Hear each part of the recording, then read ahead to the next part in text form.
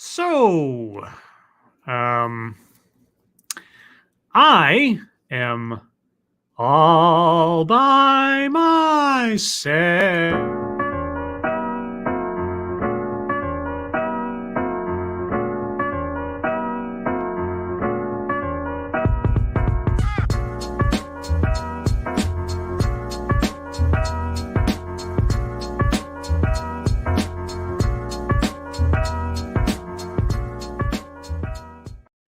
Hello, everyone, and welcome to the Lords of the Night. With me, as always, is me, which is actually technically true. I am always with me. God, I hope I don't get sick of myself. Satsu will be along shortly. He's delayed by something. He'll have to tell us when he gets here. He said about 15 minutes. So I've got 15 minutes to fly solo. I hope you can stand it. I hope everyone's doing well this evening. It's been a relatively busy day for me. Not as busy, stressful as yesterday, thankfully, but busy all the same. Thank you, Mike R. Love the show's theme art. Yes, I was thinking about, as YouTube is wont to do, it was recommending Breaking Bad clips at me for like the last several days. And as I was trying to think of a theme the other day, I was like, I've never done Breaking Bad. Can I find a Breaking Bad font? And lo and behold, if you can believe it, it's out there. So cook that up. It looked pretty good as far as I'm concerned. Send it to all the particulars. I didn't get anybody telling me they hated it, so I figured, there you go. But yes, so here we are. Rock me like a hurricane. Hope everyone's having a good day. Especially those of you that joined me on the TED Excellence. As kind of bizarre as that was, we'll get to that later. But since I don't have a partner in crime, so to speak, to bounce things off of, let's just get right into it. Not the news, but we'll get there in a second. Monkey Dick, Jim Jones, movies, video games. Hit that like button if you have not already, and many of you haven't, but you know, I'm sure you'll get there eventually. And please share our stuff. Share it far, wide, sideways, diagonally, vertically, horizontally, somewhere in the fourth dimension, I suppose. YouTube does a poor job of letting people know that we exist or that we have stuff going on. So when you guys do so for us, you guys become our best algorithm. I think I came up with that phrase all by myself, didn't I? You guys are our best algorithm. Copyright, can't use it. If you do, you owe me royalties or something. Anyway, all that being said, let's get right into the schnews.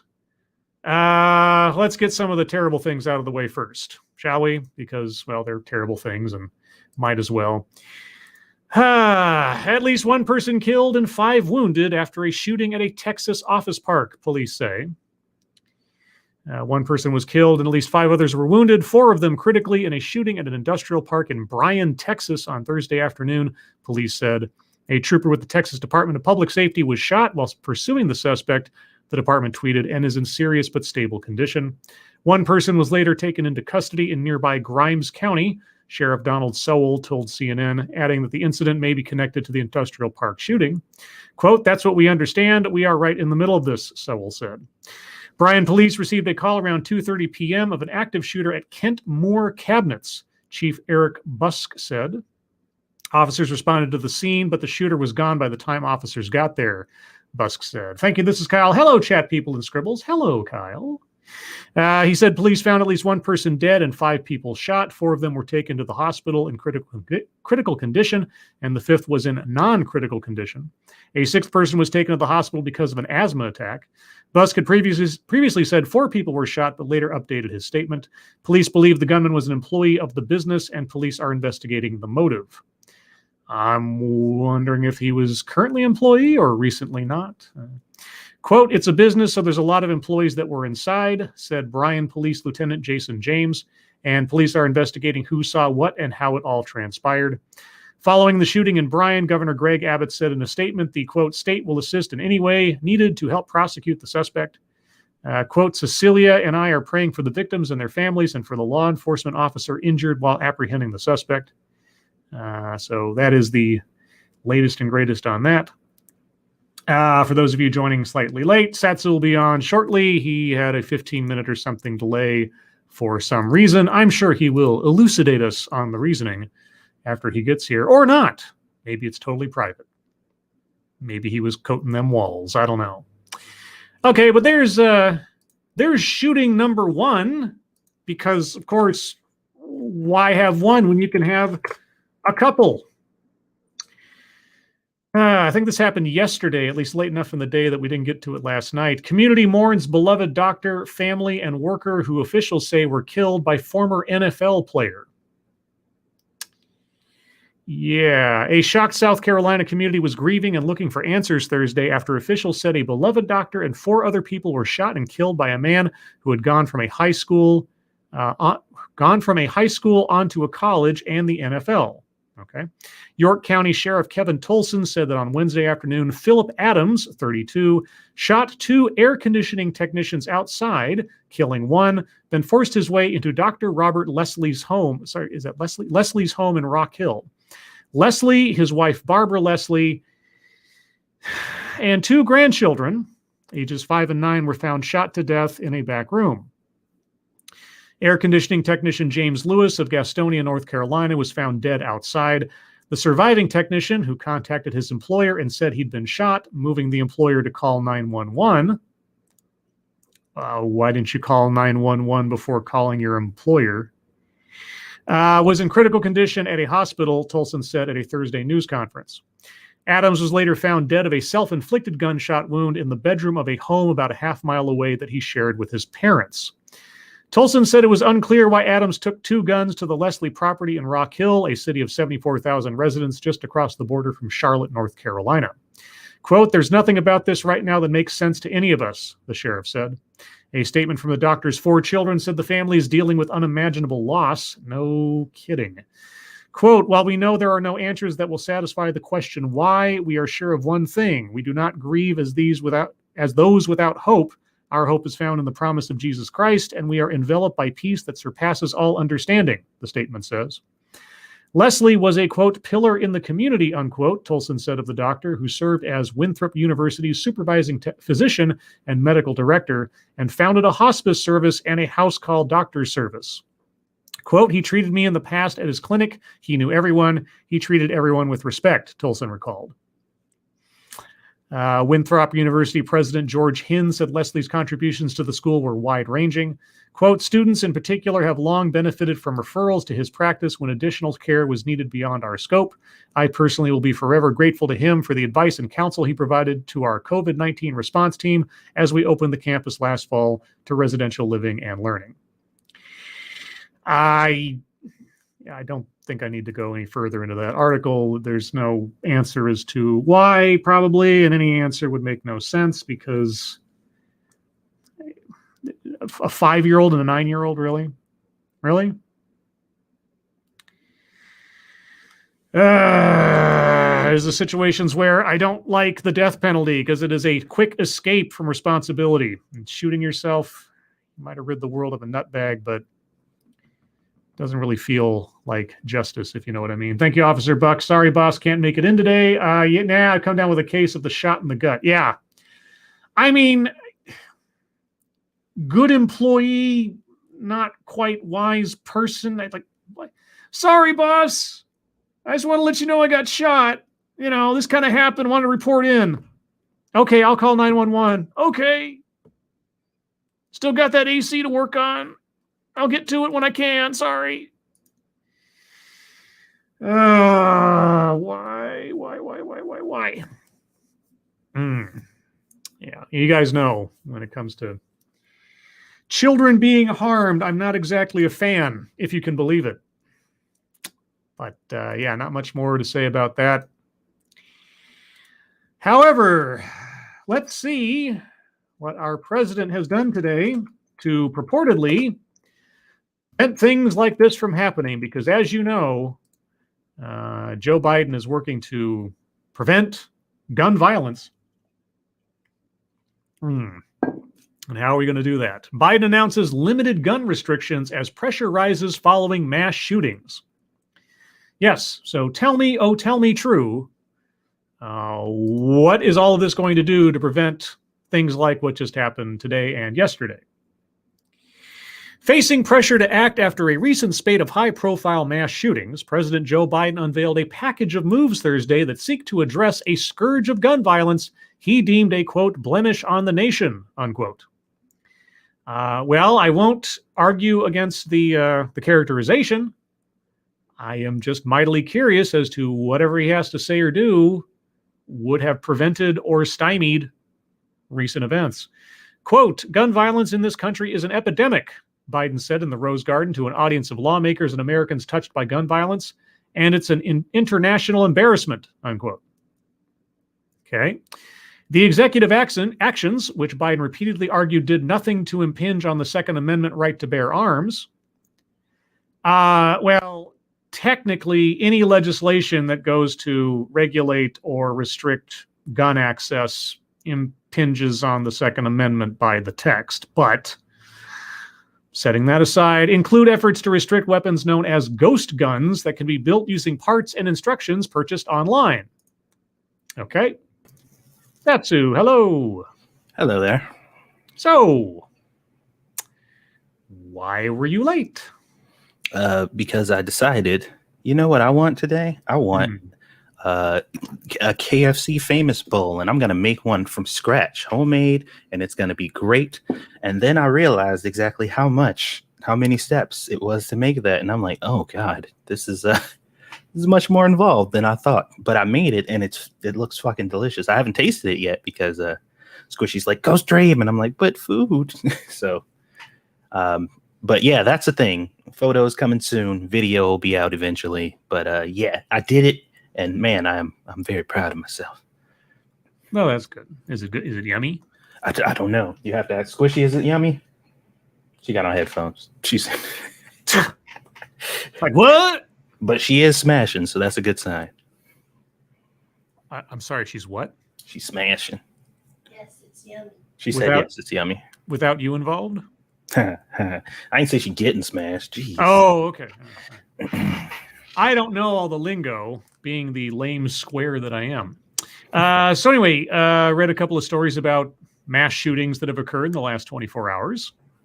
All right. People being shot and killed and things. I'll save you the details. But now we're talking about what Biden did today to stop those things from happening. All right, cool. And the first thing listed here is include efforts to restrict weapons known as ghost guns that can be built using parts and instructions purchased online. So, question. In the recent spate of mass shootings, how many of those were committed using ghost guns? Is that a rhetorical question? Well, I might be going out on a limb. And if I'm wrong, by all means, correct me. But I think the number was 0. Last I knew, in the massage parlor shooting, in the King Super shooting, and I'm like I say, I'm going to go out on a limb and guess in the most recent shootings, North Carolina and Bryan, Texas, all of those are committed using, let's just say, traditional firearms. All right. I mean, I like to say, I'm glad if I need to be corrected, but I'd be surprised if it was otherwise. The moves are limited in scope and fall short of the steps Biden had vowed to pressure Congress to take. Congress take what? What? Congress take steps? Who needs steps from Congress when you've got executive orders? Right. I mean, you haven't bothered going to Congress for practically anything since you became president. You've just passed everything by fiat. Well, pressure Congress? Well, hell, who needs that anymore? Congress doesn't want to do anything. They don't want to take any action that could be held against them later on. They want to shove it off to you to do. That's what Chuck Schumer was talking about the longest time. Well, you know, Congress taking action would take too long. The president can do it. About the stimulus and all that kind of stuff. Yeah, okay, well. Still, they fulfilled his pledge last month to take, quote, common sense, unquote, steps on his own. And one move, more heavily regulating arm braces used to make firing a pistol more accurate. Regulating arm braces used to make firing a pistol more accurate. Okay, I am not a gun guy, as I've said several times. How common are arm braces for pistols? Because I've seen them before, but I don't know how prevalent they are in the. I know you're probably not the source to ask either. Probably chat will know. But Satsu, do you know anything about the commonality of arm braces for pistols? Not a damn thing. Chat, you tell me how. And I mean, okay, even if they're all over the place, let's just say for the sake of argument, they're all over the place. How does regulating those cut down on gun violence? Jim Healy says very uncommon. Okay. Let's see. Tyler Lalonde says usually AR pistols. Okay. Yeah, I've seen pictures of them in the past. I just don't usually associate them as like a common item people carry around with them. And again, I have to ask, how many arm braces were used in the recent spate of shootings? For all I know, there were. I don't know. I don't know. Let's see. Okay. Well, my question is answered. Arm braces firing pistol more accurate directly relates to the March shooting in Boulder, Colorado, where such a device was used. Oh, okay. So if this had been in place at the time, the guy wouldn't have been able to shoot anybody in Colorado. Yeah, because his aim would have been terrible because he wouldn't have had that illegal arm brace. Right. Okay. Wait a minute. I just thought of something. What's that? Now, this is crazy, but Yeah. Isn't shooting people illegal? It depends on the context. I mean, if it's self-defense, then it's not illegal. So if you're at war, then it's not illegal. Otherwise, yes. Okay. So, do you think he would have been like, I want to go kill these people, but I want to use this hand brace. I want to kill people and I have no problem with that. But darn it, the law says I can't use this hand brace. I mean, if they're harder to come by, I guess. Sure. You know, and obviously you couldn't, if you're really, really intent on such things, there's no way you could just rig something up in your garage. No, that's impossible. Yeah. They took on new urgency coming on a day when the country experienced 2 more mass shootings, this time in Bryan, Texas and Rock Hill, South Carolina. Oh, okay. And again, ghost guns, arm braces. What do either of those 2 things have to do with the shootings that took place in the last 24 hours? I mean, again, I don't know the specifics of the guns used or whether or not there were arm braces, but if someone really wants to hurt someone, they'll find a way. Anyway, he also announced that he is nominating gun control advocate David Chipman to lead the Bureau of Alcohol, Tobacco, and Firearms and Explosives, which hasn't had a permanent director in place since 2015. Yeah, we talked about that last night. Biden emphasized the announcements only amount to the first steps toward addressing gun violence, with later action, like a ban on assault weapons or rules requiring universal background checks, requiring Congress. Oh, you're gonna get Congress to do something? Really? Okay. Oh, they're there in the background. They're coming for me. Uh-oh. Put your arm brace away. Ah! Biden, who's in the midst of advancing a massive infrastructure plan, yes, infrastructure, quotation marks, has previously voiced uncertainty on the likelihood of passing major new gun laws. What the heck? Okay. So you have no confidence, President Biden, that you will actually pass that which you say is necessary to address gun violence, probably because you understand that the 50-50 split in the Senate is kind of a tough one to get over, depending. Yeah. Okay. On Thursday, he acknowledged the persistent struggle in convincing Washington to act on a seemingly intractable issue. We've got a long way to go, he said. It seems like we've always got a long way to go, unquote. Well, here's the thing, Joe. Nothing that you've proposed is going to stop anybody who really wants to hurt somebody with a gun from hurting somebody with a gun. Just not. I mean, arm braces and 3D printed guns aren't going to stop people from using a gun. The guy at King Supers, if I remember correctly, he went and legally bought the gun days before he went off and used it. He passed a background check as far as I understand it. The universal background checks, you don't find many people who are against that. So I'm actually kind of surprised that, most places already require background checks as a matter of state law, if not federal law, or just for liability's sake. But you want to make it universal? Go ahead. I don't have a problem with that. Yeah, me neither. I guess it depends on how you're going to enforce it, because if something's sold on the black market, It doesn't really matter now, does it? That's racist. I know. Let's see. Anyway, this goes into a long litany of other things about past attempts to curtail gun violence and so on. Rules target ghost guns and gun braces. I'm just trying to see if there's anything. Yeah,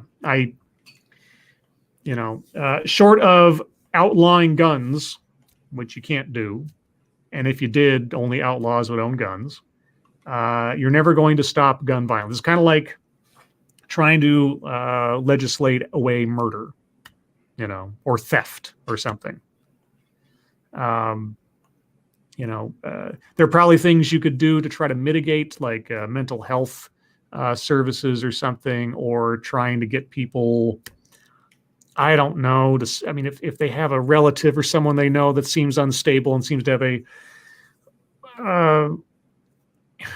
unbalanced obsession with death and guns and things, then maybe that's somebody you want to ask some questions about. I don't know, but yeah, a locked door only keeps out an honest man. Yeah. The one thing about that argument, though, that I constantly hear the type of retort to is, just because people will still do it, they shouldn't make laws about it. And I'm like, well, I mean, that's kind of a disingenuous comeback, because we're not saying that laws shouldn't exist for it, or just because people do bad things, that means nobody should do anything about it. Like, no, we're just saying if you're going to do something, try to make it effective. Well, it's one of those things where he wants to do something about gun violence. It's right. Like, okay, that is a big ask. What does that mean? What does that look like to you, I guess, is the question. Because guns aren't going anywhere. The Second Amendment is enshrined. There are far more completely legal, responsible, non-criminal gun owners in the country than people who use guns for criminal means. What are you going to do?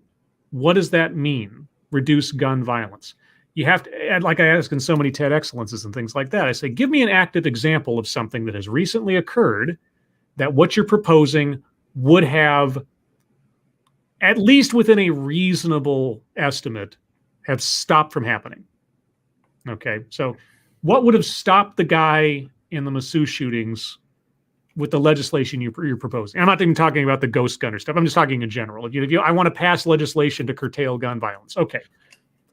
Take an active example, or give me a list of the 5 instances in the last 10 years where there was a common element to them that if your legislation had been in place, this would have put up an obstacle to that person either obtaining a gun to use or using a gun on people or whatever.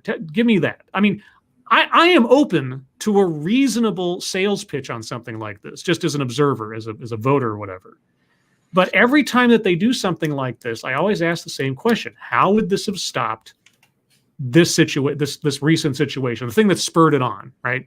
Well, or even if you go back to something that's major, like, okay, how would this legislation have stopped the Sandy Hook shooting? How would this have stopped Columbine? Whatever. You want to take a historical major event and say this legislation would have, maybe not. And I never want to hold somebody to the thing of like it would have stopped it completely, but at least put up an obstacle that would have, made it more difficult. That's what I ask. One thing you have to understand, though, is generally speaking, the metric isn't whether or not it would have. It's the fact that it could have. Well, that's usually the metric that they go by as well. It could have, and you're just like, but do you know that? It's like, well, no. And I can't hold somebody that standard because you can't know. You can't know going back in the past different at this. But I mean, at least give me a reasonable argument that, given the circumstances of this event, if this legislation had been in place, then these elements would have been either unavailable to that person or would have been more complicated to achieve, that may have made it impossible or difficult or something for them to get there. Real quick, thank you, Piccolo. No amendment is absolute, says Joe Biden. Well, that is technically true. I mean, that's why we have amendments. Prohibition, kind of gone now. So no amendment is absolute. Some amendments are far more absolute than others because you'd have to have a major societal cultural shift to want to do away with or heavily revise the Second Amendment. So, but the mechanisms are there in the Constitution to amend amendments. That's why we call them amendments. So, yeah, people. I've saw people on Twitter that weren't that jazzed about him having said that, but he's technically not wrong. So, yeah, I'm not quite sure what to say otherwise about that one. Anyway, I want to get this one in before. Let's get on to something with a little bit more levity, a little bit, kind of, because I saw this today and it was ridiculous. And this is on StarTrek.com, just for verification. This is the official Star Trek website. Okay.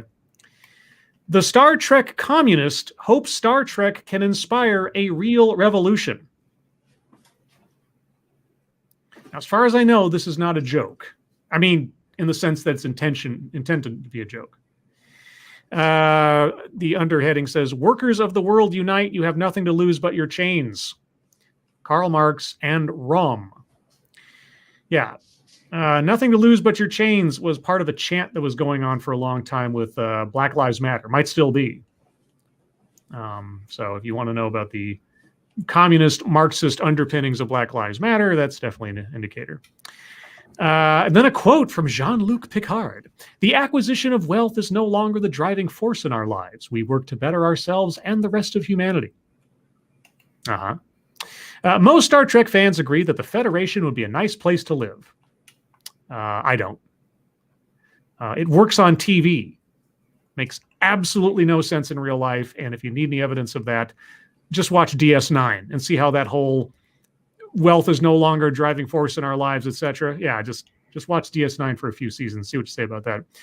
It's got unlimited food, no wars, friendly holographic medical care on demand, and regular classical music performances on Deck 10. It's great, in short. Sorry, what? No, I was just laughing at unlimited food and no wars. I'm just like, eh? Exactly, yeah. It's great, in short, and hope springs eternal amongst Trek faithful that the future represented on screen is a future we'll one day achieve. But how do we get there from here? Do tell. Okay, I always, just as a side, I always stumble over how to pronounce this last name because I've seen it several times. I've heard it pronounced Win in some instances, or Nguyen.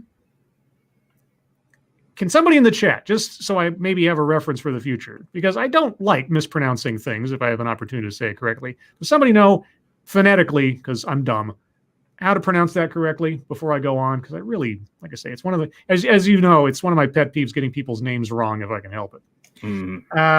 Atheist Icon says it's pronounced Win. Okay, Win. Is that right? Jim Hewlett, Nguyen. Nguyen? Win. Okay, Win or Nguyen? Okay, I'll go with Nguyen. Kind of split the difference and try to make it easy. Okay, Will Nguyen is a fan who asked that question a lot. Quote, "In the Earth of the future, we eliminate poverty, hunger, homelessness, and all the stuff that's hard to still talk about. It's paradise on Earth," Nguyen says. Quote, "How do you actually achieve a one-world government with no national borders where we've eliminated poverty and war and hunger and disease? That's a pretty significant gain, pretty significant achievement," unquote. Yes, how do you start a one-world empire? You do it with pen and paper, usually. That's the thing. Star Trek is very detailed about the makeup of that utopian future, but not clear on the assembly. Yeah, you know why? Because it's called fiction. Yeah, it trust me. If somebody had the blueprint for it, we'd know about it. Yeah, it's not even science fiction. That's just an element of the rest of it. Anyway, we've got the Bell riots coming up in 3 years. What? We've got the Bell riots coming up in 3 years, give or take. Okay. Is someone prophesizing here? The Bell riots. I'm not sure what that's in reference to. Is that like? Wait. It is all I wait. That's a okay. reference to a Star Trek timeline event. Okay, that's what I figured. I'm like, Yeah, I just remembered. I was like, oh yeah, this is Star Trek. This is okay. Sorry, my nerddom wasn't showing there for a second, but then again, I'm not much of a Star Trek nerd. We've got the Bell. Oh, sorry. They said it was in DS9, so maybe that's why he's. Yeah. We got the Bill of Rights coming up in 3 years, give or take, and sometime in the next 40 years, we've got World War III to contend with, possibly featuring genetically augmented supermen, and ultimately first contact with an alien society before we're off to the races. Thank you, Officer Buck. So communism will work if we have 2 more world wars and advance our technology by a couple hundred years. Yeah, that's all. That's all we need to do. That's the price we have to pay. We've got the pieces, but no way of fitting them together like an IKEA dresser without an instruction manual, and we'll probably need more than a complimentary Allen wrench to pull this off. Wait. Will Nguyen... Go ahead. So he means a regular IKEA thing. They don't... multiple times I know people who get them, and they're like, yeah, we didn't get instructions. Like, it's just a standard now. Now, the instructions are usually like one little sheet of paper that kind of gets lost in the packaging. Will Nguyen thinks he has the answer: communism. Of course. I need to moisten my palate before I move on. Oh, look at that. Look at that uniform. Oh, he's got the badge and everything. Quote, the conclusion is, only through a socialist revolution to overthrow capitalism, going to the next stage of human development, can you actually do that, unquote.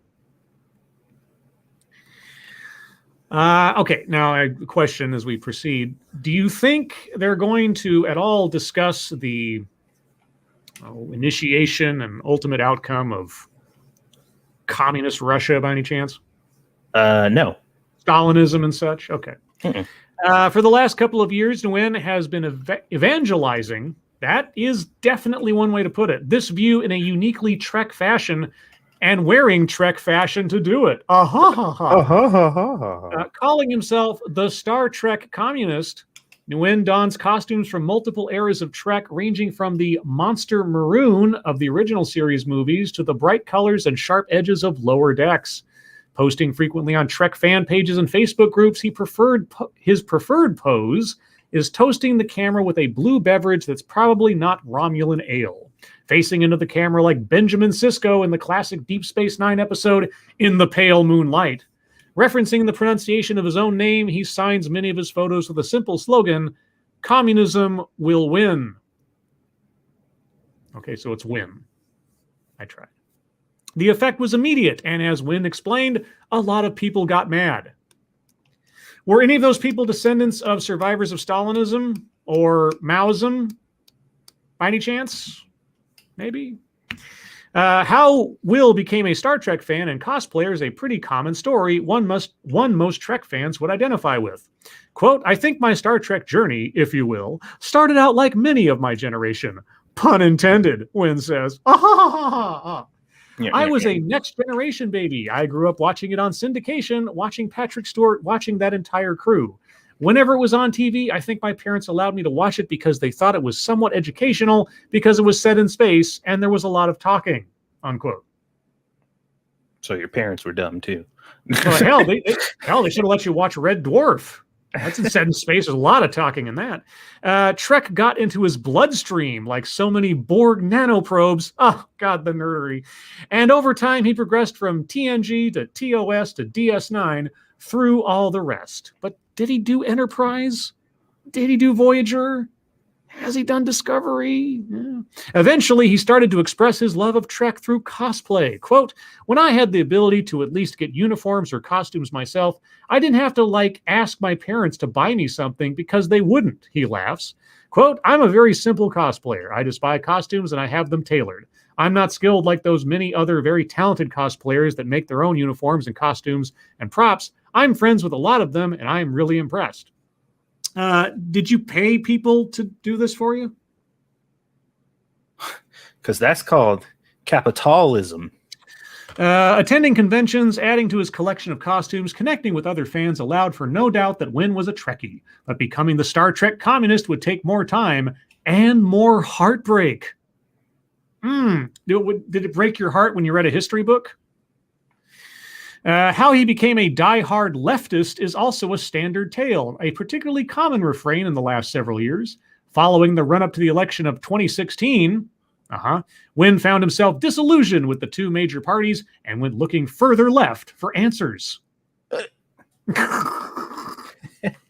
Well, I'll grant him this. He wasn't going to find many answers with the two parties that exist, but we're not talking about parties then. We're talking about political ideology. Doesn't necessarily have to be tied to a party. Quote, my generation, the millennial generation, were affected by the crisis that is capitalism, Wynn says. Okay. Although every generation has been affected by the excesses of capitalism, Wynn says, some generations are more uniquely situated to witness that. Quote, that's obviously the millennial generation and the Zoomers right behind us, he says. They were told that they just sort of go to school and take on this debt, and then you'll get a job. They play by the rules, right? But then they've emerged into a market that is virtually non-existent.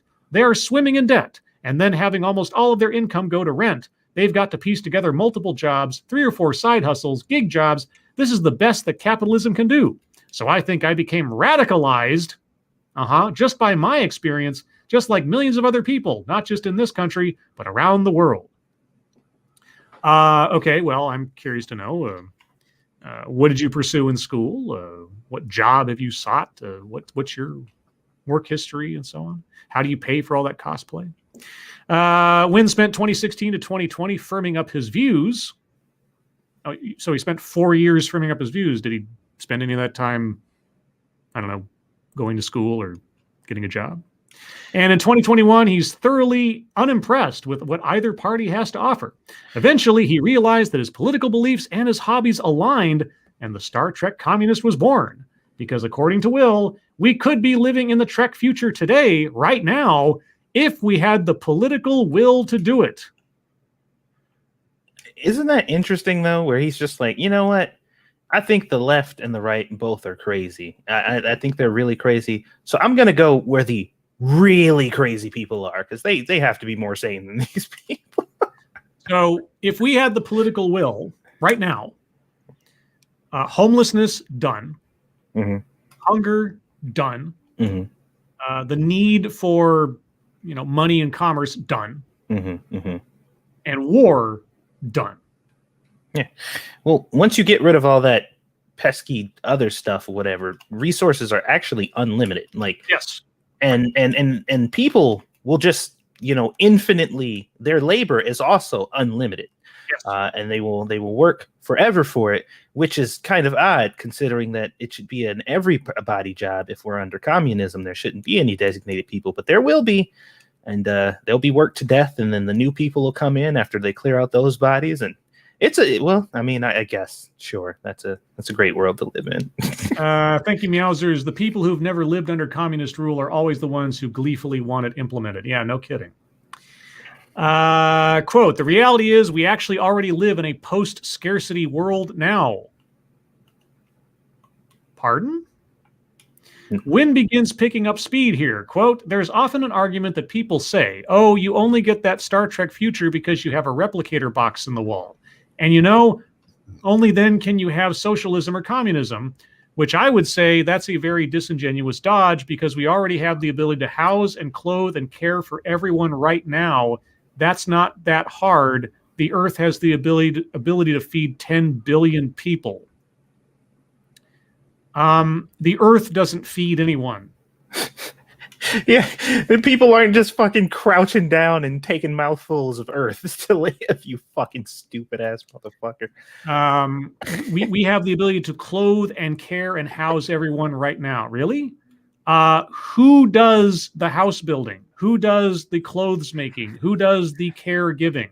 Yeah, there has to be a group of people designated to do said things. Not everybody's qualified and or classified to do so, sir. And then how do they get clothed and fed and housed? And who pays for that? Well, nobody pays for it. Everybody just benefits equally from the deaths of those hardworking people who are eventually buried and forgotten.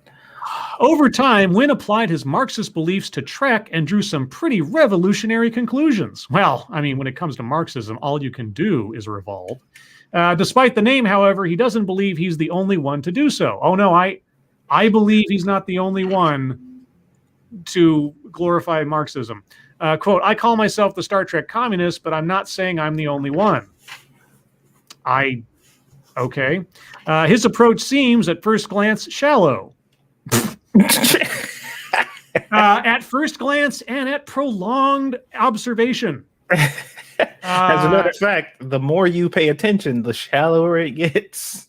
He doesn't spend a lot of time debating his haters or engaging in nuanced descriptions of theory. I can believe it.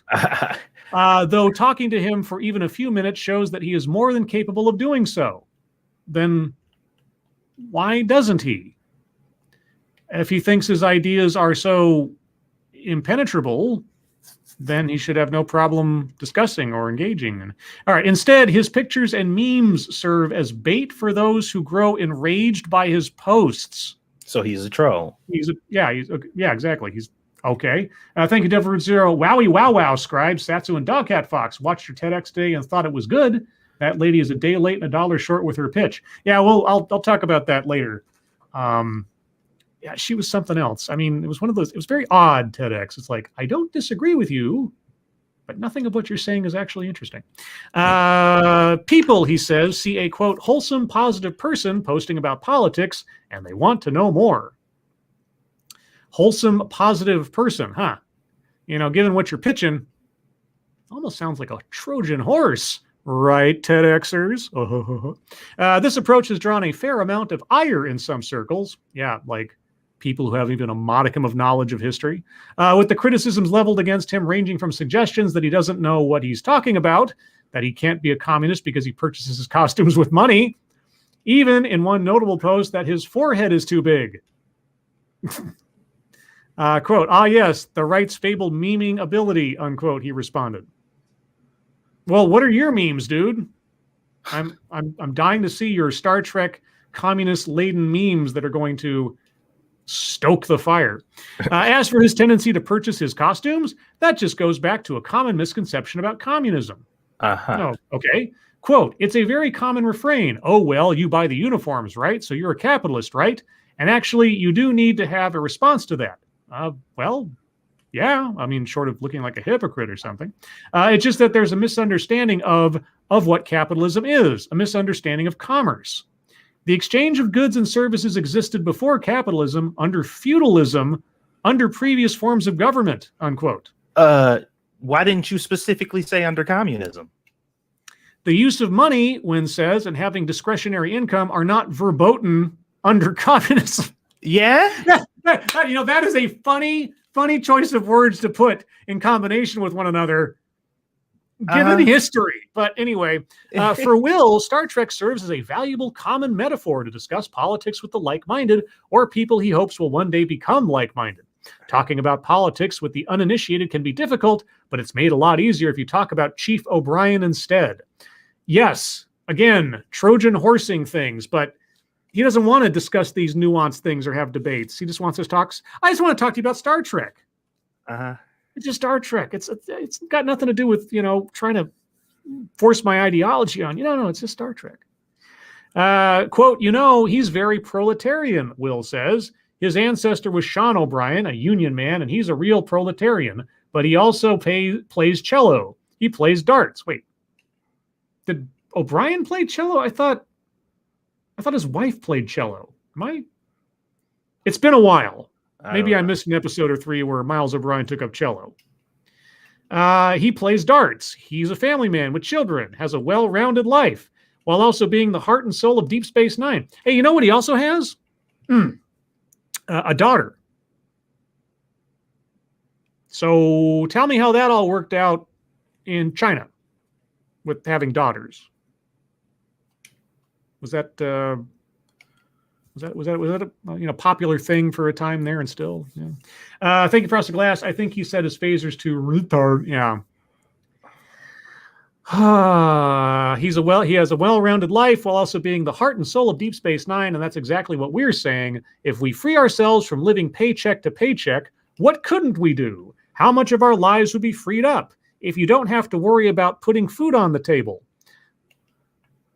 So wait, people under communism don't have to worry about putting food on the table. Tell me the quality of that food. It's unlimited. It doesn't matter the quality. It's unlimited food forever, and it'll never run out. when you make gruel, you're right. You can never really run out because it's made of God knows what. That's why people gravitate towards Star Trek. They look at Star Trek. Wow, I really want to live on that nice pastel-colored ship. Ultimately, Will fits in with the best traditions of Trek fandom in that he's an optimist. Oh, is that the standard? Really? Okay. A brand new father, Will is doing everything he can to make a better, more Trek-like world for his daughter, and he's feeling good about his chances. Quote, being part of an organized effort to reach people with these ideas gives me a lot of optimism. It's what we call revolutionary optimism. There's tremendous class consciousness right now. People are learning very rapidly. There's no better time to market, unquote. Market? Thank you, Piccolo. Satsu, check the money hole. Huh? Oh. And Colleen Bernier says he playing the cello as part of Data's string quartet early in the TNG episode, The Ensigns of... okay. See, I thought Keiko was the cello player for some reason. Maybe Anyway. Yeah, this guy, let's just say mixed bag of nuts. To be friendly about it, I guess. The Chaos 1X, thanks so much. Finally made it to a LOTN. Did you hear about the Peterson Red Skull thing? We talked about it the other night, yeah. Seen lots of people saying, talk like a Nazi, get called a Nazi, and I'm just like, what the hell? Yeah, no, we talked about it the other night. And Jordan Peterson's kind of embraced it. He posted Hail Lobster, and there was a symbol of the Hydra symbol, except it was a lobster head replacing the skull. And he also put up some memes of the Red Skull saying completely un-fascist things that Jordan Peterson has said before, like free speech should be everyone's right and so on and so forth. Yeah, he made the right call in embracing it because Marvel did this, and so he's got every right to respond, and now... it's all so stupid, but it's a thing they did. Thank you, Dex. Today is my birthday, boy. Sorry for beefing it so much in Rise. Oh, yeah, that was pretty funny. We were playing Monster Hunter the other night, and he was getting his ass whooped. I'm like, what are you doing? Eventually, I get it done, but I feel like such trash. No, it's fine, dude. Won't watch till my shift starts. Jesus.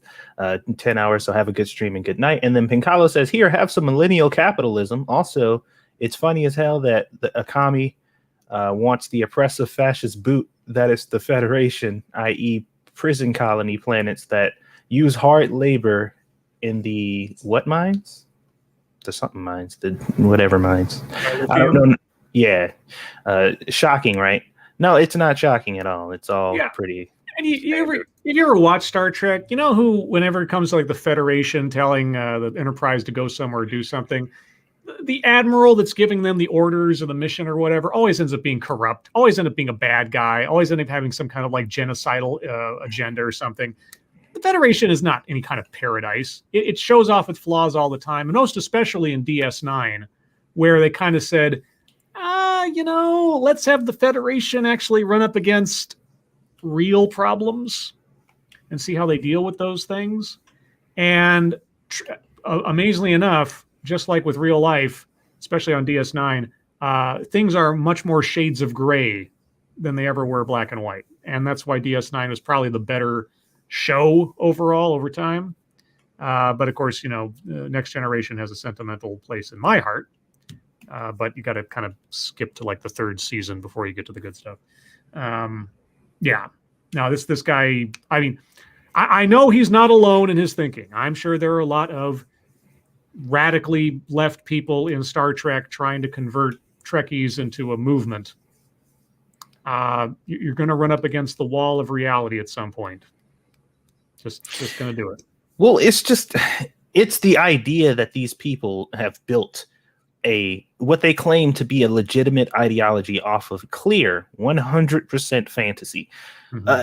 And like I've seen, I told you about this one show I watched before where it's this world where every structure or place where there is people residing is its own like kind of living entity. They have their own rules and laws in different places like that. Some of them are mobile and they move around, in other places just these big kind of, or small nations that are mobile, and every single one of them has their own laws and make their own rules. One of them in particular, murder was legal. And whenever people hear about that, they're like, holy shit, murder's legal. So all the bad guys, they go there and they're like, yeah, we're going to go there and we're going to fuck people up and it's going to be crazy and anything goes. And this is a spoiler. I'm not naming the show anyway, so whatever. Nobody's probably going to go watch it. But a guy shows up and he's like, oh shit, I heard murder's legal. So he pulls out a gun and just shoots somebody in the face. So nobody really initially responds. They just kind of look at him and then they slowly kind of drift away. And then they all return with all of their weapons and knives and whatever weapons they had of choice drawn. And they surrounded him. He was like, you know, what's going on? And they're like, well, I mean, murder is indeed legal and you just killed that person. So we can't just have you walking around doing shit like that, can we? And they all proceeded to murder the fuck out of this dude. Yeah, of course. And they're like, yeah, this is why murder is legal. Because we can do this if you do that. That's why. Like, that's why it's legal, sir. And I was just like, well, he learned a very valuable lesson that day. Yeah, no, this is yeah, and at no point in this did he talk about did the author at all decide to challenge him on the multiple past historical experiments with what he's talking about and how those turned out. Thank you, Officer Buck. Too bad for this guy that Star Trek Discovery, Picard, and Lower Decks has tanked interest in Star Trek and chased off a huge chunk of old fans. Yeah, the woke trek that's going on right now between Discovery and Picard, even though I haven't seen a single episode of either of those shows and never will, it's the same thing going on with Star Wars and starting to creep into the Marvel movies and the Marvel TV shows. I don't know. It's like, forget about our core fans, forget about the actual material we're basing all this stuff on, the intellectual property, the franchise, the legacy of it all. We're just going to keep using these platforms to push an ideology that isn't popular with most people, doesn't actually serve the material you're using, but makes you feel good as a producer or in your culture and entertainment or something, that you're doing the right thing, the righteous thing. I mean, if you don't care about your profits as a major corporation, go ahead. I mean, we kind of talked about that on the TEDx today. Profit motive isn't inherently evil if it gets done something productive and or good. But if you're going to, throw away your profits for the sake of looking good on a virtue level, yeah, well, that's exactly what you do. You're still a business at the end of the day. So. The show's called Kino's Journey, by the way, if anybody is curious. It's pretty good. Like, quite a few of those places were very, very interesting with their kind of laws and regulations. They even had a place that had a merit system, basically. And based on the amount of good, you could earn enough credit or points to get away with certain crimes if you earned enough, which was very interesting. That one had a pretty fascinating storyline. All right. Go check it out, guys. Move on. And sorry, guys, I took up too much time. I'm only going to do a couple of stories from MSS News before we move on. So apologies for that, but that Star Trek one was just too much for me to not want to continue on to. So if you have news stories you'd like us to read on the air, please send them to us via Twitter using the hashtag MSS News. Can't promise to get to them all, but that's because I went over time. Doesn't happen all the time, but occasionally. This one comes from Frosted Glass, who is always on the trigger with these things. The Vox says, the claim that drugs killed George Floyd relies on a racist trope. You mean setting aside the ME's report that showed the amount of drugs in his system at the time of his death? Okay. In the Derek Chauvin trial, the defense's attempt to blame George Floyd's death on drug use relies on retrograde and racist myths. Was it a myth that he had drugs in his system? Yeah. Was it a myth that he had taken a sizable amount of fentanyl before he even got handcuffed? Okay. It's so interesting. It's just like, well, this is the fact that black people kill each other is based off of racist myth. So they don't ever. No black person has ever killed another black person. Well, I'm not saying that. It's like, well, we're not even talking about tropes here. We're talking about the facts of this case. Well, set aside George Floyd's race for a second. What was in his system at the time of his arrest and found in his system during the medical examiner's autopsy? What did they find? It's not a myth. It's not a trope. It is a fact of the case. Now, arguing over whether those were the cause of his death, that is what the court is doing right now. But to say that it is some kind of racist implied myth or lie that's being put in there is just patently wrong. My emotions teeter between exasperation and outrage. Each day I read the trial recap of former Minneapolis police officer Derek Chauvin, who was charged with killing George Floyd. Maybe you need to separate yourself from this emotionally then and try to look at it somewhat objectively. I'm not naive. I know how these killer cop trials go. Oh, okay. The defense drags the deceased victim's reputation through the mud. And the prosecution doesn't do so to the defendant? Okay. Quote, he was a big black man prone to violence, or he was under the influence of a drug. He was under the influence of a drug. But I don't see them making okay. To create a smokescreen to generate empathy for a cop. From Michael Brown to Philandro Castile. Michael Brown. Okay. Too many judges and juries have fallen victim to this tired ploy, the drug-crazed Negro script when a white police officer kills a black person. Philandro Castile. Okay, the guy who was shot in his car by an overzealous cop. Where was the drug thing in there? Michael Brown rushed the cop and tried to take his gun.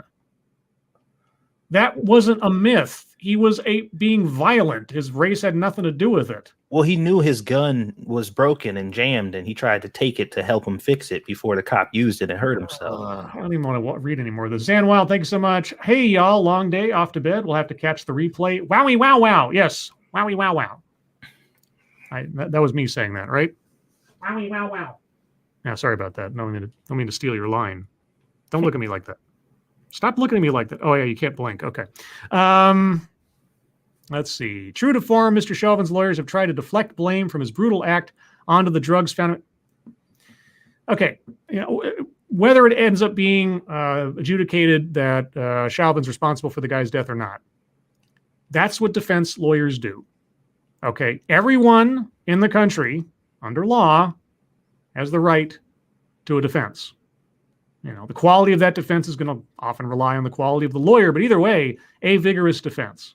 Whether it makes any sense or not, whether it is successful or not, there it is. So trying to vilify Chauvin's lawyers for working for their client's defense is a non-starter. Even in the most obvious, this person did it, they were caught red-handed, etc., they are still owed a defense. That's how we make sure, as best as we can, in a world where no system is perfect, that the scales are balanced. That we just don't immediately write somebody off because we feel like it. That's the process. That's due process. Thank you, Keldrig. This guy sounds more racist than the people he's accusing of being racist. Yeah, that is often the case. I'm a neuropsychopharmacologist who researches drug addiction. What does that have to do with the amount of drugs in his system? My work is focused on the unjust and unscientific stigmas surrounding drug use and the criminalization of drugs around the globe. Okay, so you're not a scientist, you're an activist. Okay, because you're not looking at this objectively. Yeah, you literally set out. You said your job is to set out with a already formed conclusion and then try to prove it. The defense's attempt to paint Mr. Floyd as a crazed drug addict relies on retrograde myths about the impact of drugs on our bodies and minds. Oh. Retrograde. Okay. Well, you tell me. Okay. Okay. Okay, Mr. Author. I'll tell you what. If it is a myth that the amount of fentanyl in Floyd's system might have led him to have health issues at that time, take that fentanyl. Go find that same amount of fentanyl and put it in your own body. If it's a myth, if it's retrograde, go ahead. Yeah. What's the next paragraph? While it's true Mr. Floyd had small amounts of methamphetamine and THC, the primary psychoactive ingredient in marijuana, in his blood, 19 and 2.9 nanograms per millimeter, respectively, those numbers strongly suggest he hadn't used them at least several hours, maybe a day. Okay, where's But you said the very notion that he even had it in his system is a racist myth. Also, Mr. Floyd's methamphetamine levels were far below those I have found in my laboratory research on dozens of participants necessary to induce significantly elevated cardiovascular activity greater than 25 nanograms per milliliter. The amount of methamphetamine and THC found in Mr. Floyd's blood was too low for it to have any meaningful effect on him. Okay, I'm sorry. You cannot start off a defense by saying that the simple notion that people are assuming that there was drugs in his body or claiming that he had drugs at all is racist in itself, and then proceed to explain why the amount of drugs he had it wasn't enough for him to actually do anything. Like that just I only killed him a little. Like that's what it sounds like to me. Here we go. Here's the big kahuna. His blood also had 11 nanograms of fentanyl, America's latest vilified drug. Has it been unjustly vilified? Oh, okay. Fentanyl or its analogs fentanyl that is laced with heroin or other drugs and sold illegally for recreational use can be very dangerous or deadly. But it's important that we don't fall prey to misinformed and dangerous myths about the drug. So you're going to make apologies for fentanyl now. Okay. Media reports, government agencies, and law enforcement have repeatedly claimed that minuscule amounts of skin exposure to the drug can cause an overdose. Okay. This is incontrovertibly false. As fear around fentanyl grows, so too does criminalization. In Florida, for example, a fentanyl-related overdose death can result in a drug-induced homicide charge for traffickers, even if many are unaware of what they are selling has been cut with the drug. Well, wait a second. You went in a chapter and verse about how the amounts of methamphetamine and THC in a system was meaningless. You tell us the amount of fentanyl in his system, but you don't tell us how meaningful or meaningless that is. Okay, so what does... I spoke too soon. So what does 11 nanograms of fentanyl tell us about Mr. Floyd's mental and physical state moments before his death? Not much, because the same amount of fentanyl that produces pleasure in a tolerant user can result in an overdose in an infrequent user. But how do you know if he's tolerant or infrequent? That's why, together with the toxicology report, we have to interpret Mr. Floyd's behavior shortly before he was killed, which is a barometer of a person's impairment. You mean the fact that he was fighting and wrestling with them and it took them time to... That behavior? You mean how he was saying he can't breathe even before he was outside the car? We saw that he was emotionally appropriate and behaving rationally, considering the circumstances. Are you fucking joking? Minutes before his encounter with police, he purchased an item from a deli and was about to leave when officers asked him to get out of his car. Together, these observations suggest he had developed some level of tolerance to fentanyl-related effects and show how unlikely it is that the drugs played a role in his death. Shows how unlikely it is. So, suggest, unlikely. People on the verge of dying from an opioid overdose are inactive and look visibly drowsy. He was neither. That's your case. Yep, there you go. Proven. He solved the case, Holmes. Okay, well, here's the thing. First off, for the sake of the case, this guy's opinion is meaningless to me. I watched or listened to some of the testimony today, and they had an expert on there talking about the mechanics and physics of just breathing in general and how that related to him being on the ground and being held down as he was. And I mean, I don't know. I don't have an answer. I just want to make it clear. I don't have a dog in this fight, so to speak. I'm as much sort of a spectator of this whole thing as anybody else at this point. I'm still curious to know when the other day, the prosecution essentially told the jury to ignore the medical examiner's report. That even though the medical examiner's report does not indicate in any way that he died of asphyxiation, and despite the fact that people on the stand have said that he did, and therefore he was the victim of a homicide, even though that's not what the actual reports show. I don't know how the case is going to go. I don't know what's going to happen. My best guess is that Chauvin's going to be convicted of something.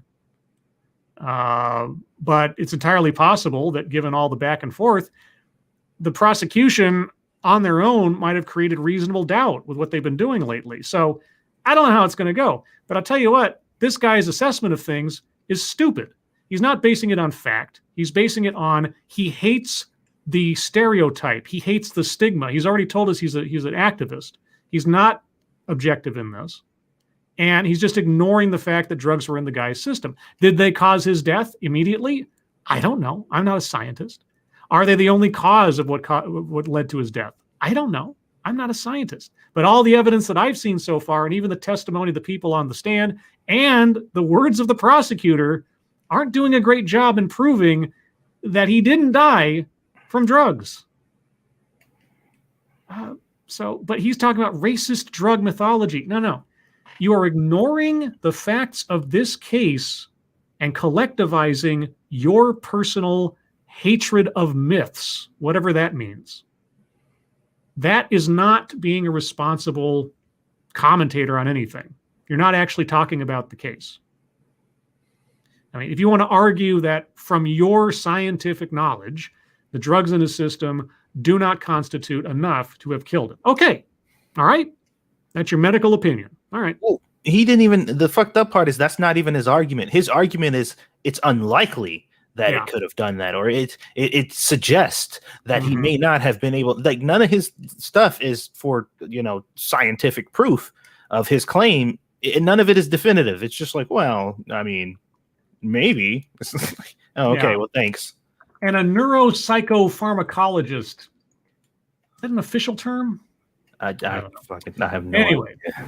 Moving on. This one comes from Sean Uli. And your game just shot up again. Of course. Ex-UVA student can sue school after asking questions during a panel got him expelled. Asking questions got him expelled? What was the question? A former University of Virginia medical student can proceed with a lawsuit against the school over his expulsion, which stemmed from questions he asked about the nuance of microaggressions during a panel discussion that led to him being branded a threat, a federal judge has ruled. Oh, God, I hope this... I think I remember this. This sounds familiar. Kiran... Oh, boy. Bhattacharya?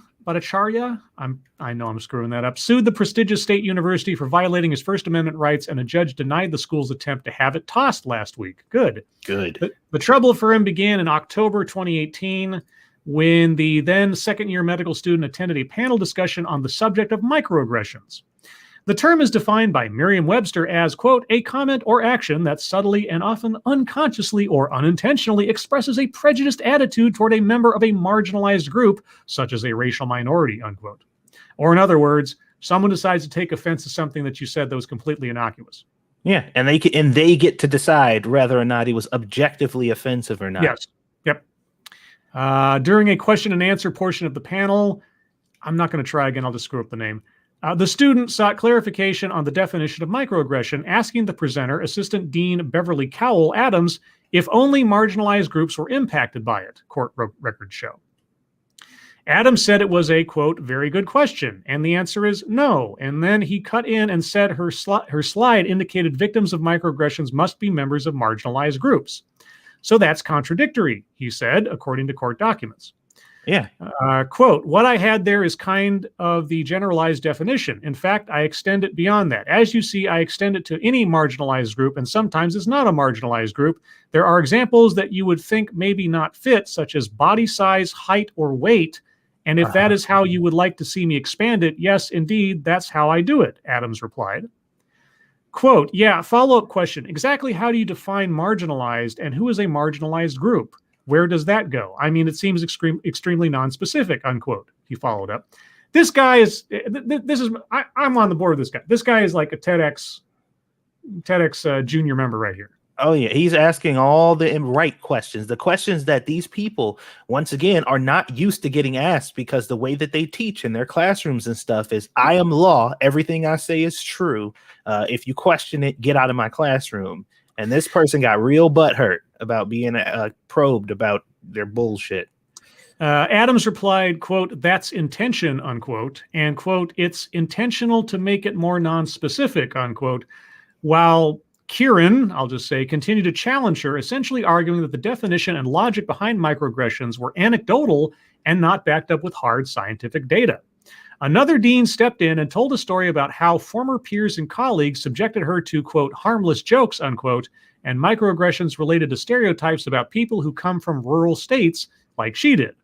In total, Kieran, Adams, and the other dean debated back and forth on the semantics of the term for just over 5 minutes during the event. Later that day, assistant urology professor Nora Kern, who helped organize the panel and was in attendance, filed a professionalism concern card against Kieran, saying he, quote, asked a series of questions that were quite antagonistic, unquote. Can you think of, we're expelling you from the school because in a institution of knowledge, you asked too many questions. Yeah, you asked for specificity at a medical school. Yeah, maybe not as a medical school, but it was anyway. At a university, you asked too many questions to define terms. God forbid. Quote, he pressed on and stated one faculty member was being contradictory. Oh, no. His level of frustration/anger seemed to escalate until another faculty member diffused the situation by calling on another student for questions. I am shocked that a med student would show so little respect towards faculty members. It worries me how he will do on wards. So because he asked to define marginalized, he's going to walk around the medical ward and punch people in the face or something? Who's overly sensitive here? An assistant dean at the school then asked to meet with Kieran, saying he observed his discomfort during the panel and wanted to help him, quote, understand and be able to cope with unintended consequences of conversations. The student wrote back and said any perceived discomfort was false. Quote, I was quite happy that the panel gave me so much time to engage with them about the semantics regarding the comparison of microaggressions and barbs. I have no problem with anyone on the panel. I simply wanted to give them some basic challenges regarding the topic. And I understand that there is a wide range of acceptable interpretations on this. I would be happy to meet with you at your convenience to discuss this further, he replied. While another dean asked to meet with him, the Academic Standards and Achievement Committee met to discuss the concern card and decided to send the student a letter to remind him to be respectful of and professional and to suggest he get counseling. However, that suggestion soon became a mandate, court records show. Kieran received an email in late November saying he must be evaluated by the school's Counseling and Psychological Services Office before he could return to class. Oh, come on. When he asked what exactly he did wrong and under what authority the school could mandate that he be psychologically evaluated, he was invited to attend an ASAC meeting that was convened to discuss his enrollment status. At the hearing, which he claims he was only given 3 hours to prepare for, the student recorded audio and took photographs of the attendees and was criticized for doing so. He was told the reason for the hearing was because of recent concerning behaviors and interactions at the panel meeting and after. The group voted to suspend him for, quote, aggressive and inappropriate interactions in multiple situations, and about a month later, UVA police demanded he leave the campus for allegedly making threatening comments on social media platforms. Oh, he about to get paid. Dude, if there was no reason that I like, if there's tons of reasons that I don't want to go to a campus, this is one of those reasons I do. Because I'm gonna be that motherfucker to challenge them, and please kick me out. Please unjustly kick me out of your school so I can get fucking paid. He later brought a suit against the school, alleging it violated his First Amendment rights, his 14th Amendment right to due process, and conspired to interfere with his civil rights and injure him professionally. The school said he didn't have a claim, calling the allegations baseless, and wrote in a brief that he was thrown out because he violated the school's professionalism standards. Yeah, asking questions. A federal judge agreed with the school in part and dismissed every count except for the First Amendment violation, which he upheld, allowing the case to move forward. Quote, a UVA spokesperson told the Post in an email, quote, as a matter of practice, the university does not comment on the specifics of pending litigation, but did say, quote, it is worth noting the court's recent ruling is based only on the facts as alleged by the plaintiff and must accept all of those allegations as true at this stage of the proceedings, unquote.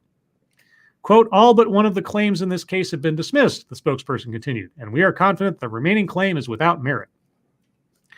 Well, seems odd to me that all the other claims were dismissed given the effective results of what they did to this kid, but I hope his case goes through and I hope he wins, because that is an entire giant litany of bullshit.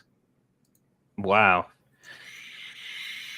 Anyway, I'm going to stop there because we got other things to talk about. Sorry to get to more stories, guys. Thank you so much for sending them anyway. I will encourage Satsu tomorrow, because I know one or both of us will forget by then, to scroll down low before we get to the more recent stuff to try to catch up with some of the things you sent. But all that being said, let's move on to the wonderful world of YouTube time. Satsu, what do you got going on? I'm sorry. I'm just like, I'm so fucking that story. I started taking the course for my ServSafe certification today. Yes. And this is probably going to take a while. I didn't realize just how much this thing entailed, because I'm doing the PIC one, the person in charge one. Ooh, is that what you are now? I mean, I recommended that all of us take the person in charge one, because there are probably going to be instances where either one of us is in charge at any given moment. So I'm just like, it doesn't make any sense for one of us to get that and then the others get like the base level ones, because like, what if I'm not there, you know? Mm-hmm. So that's the one that I'm looking at. I've been taking very meticulous notes and just trying to prep myself. Fortunately, I've worked in food service before, so just as they said before in kind of the heading there, it's mostly just common sense things like, sure, should you sneeze in someone's sandwich? And you're like, no. Should you hock a loogie into someone's milkshake? If you leave meat out at room temperature for a while, is that bad? And I'm like, yeah. seems like a bad thing to do. I mean, and some of it is very technical when it comes to terms and what type of groups and organizations you need to answer to when it comes to certain things, and temps and stuff like that, you know. And that's the weird one, because it changes depending like on where you are. Some places hold slightly different standards, but oh my gosh, shut up, Jim. But that's the one that I'm taking, and I did a lot of that today. I think I'm gonna take Scribe's advice and start kind of chronologically just keeping a vlog of this whole kind of situation that I got going on to motivate myself, to keep things going. I also decided to make a list of all of the things that currently now I said that I was going to do and have not done. And I am challenging myself to complete all of them without any excuses or, you know, bullshit. So, because I'm like, if I can at least commit myself to doing the things that I say that I'm going to do around here, no matter how small or, you know, whatever, that'll get me on the track of, you know, making sure that I do it in the bigger picture. You know, I'm just trying to precondition myself to just do what I say I'm gonna do every time, and no excuses. And I'm like, Squishy, hold me accountable. And I said, forewarning, you're gonna piss me off a lot, but just ignore it. because you know, I'm gonna make excuses. I'm gonna come up with reasons, and they're gonna sound pretty good, but don't take them. Just be like, no, you need to do this. So I'm really, like I said, I'm really putting forth or trying to put forth the effort necessary to make this thing a reality. As far as YouTube stuff is concerned, I got some videos in the queue that'll be uploading throughout the week. I think one of them might have gone up today, and then I got a bunch of food videos that I need to catch up on because those are on the list of things that I've been procrastinating on. But yeah, I'm just working it out, guys. You'll know, you'll see. Like I said, I'm gonna start kind of documenting everything and keeping track of my progress to make sure I am held accountable. I expect you guys to do it too once that stuff starts coming out. Like, hey, you said you were gonna do this like a week ago. What the fuck? So. Yeah, the journey begins, ladies and gents. We'll see how it all plays out. But that's the bulk of what I've been doing today. Alrighty. As for myself, I had a TEDx today, and it was well. At first, I was kind of impressed with the lady's candor, and for those of you that haven't watched it yet, I'm sorry I can't really talk about it without spoilers, but so to speak. The title of the thing is How to Trojan Horse Leaders into Becoming Empathetic, or something to that extent. And as I said in the show, the first two things that caught my eye about that title were Trojan horse means you're deceiving somebody, which I always thought was kind of like that's an odd way to try to convince somebody something, and B, empathy or empathetic. And I've got the siren, but something's going on out there tonight.